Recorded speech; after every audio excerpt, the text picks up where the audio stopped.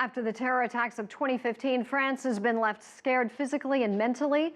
For more on that, I'm joined by Erik Fisher, a psychologist in Atlanta. Erik, welcome to the broadcast. Thank you. Now, it's been 1 year since the Charlie Hebdo attacks.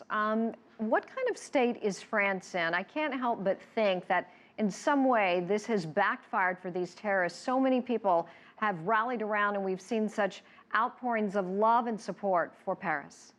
Right. I think we also have to understand that counter to that is that underlying fear that they also experience as well, that this is a really difficult time because you do have a rallying point that often a nation can get behind an attack such as these. However, unconsciously, you can have a lot of fear and apprehension that affects the way communities exist. And what we have to look at is what terrorists want is they want to undermine the idea of community. They want to undermine trust, security, safety, and create fear and terror.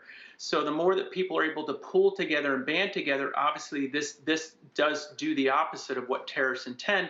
However, you also have to include the Muslim community in your efforts to create community.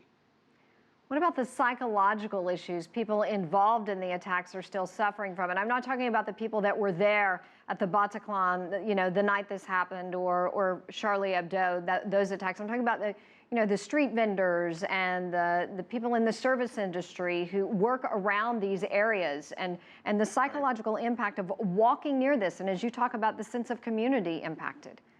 Right. Well, often, even people who don't experience trauma absolutely directly can still experience anxiety, symptoms of depression, post-traumatic stress signs, that there's also survivor's guilt. And people often live that thought and relive these events again and again. What if I was here instead of here, feet away? I just read about a store owner who saved one of his employees and said he would be in a much different place emotionally today had he not been able to save all of his employees. So anniversaries of these events are often very difficult because of the issues of reliving the events, as well as the reminders of all the weather can be a reminder, the time of day can be a reminder, all these things that become triggers to people in any part of the world that experience trauma.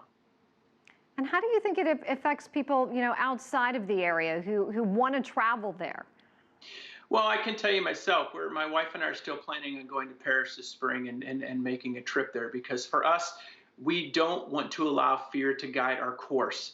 Often we have to be pragmatic, that there's a purpose to fear. Fear lets us know when we need to prepare to protect ourselves. However, often when it moves past fear to worry and panic and terror, then it often wants to control our actions and emotions.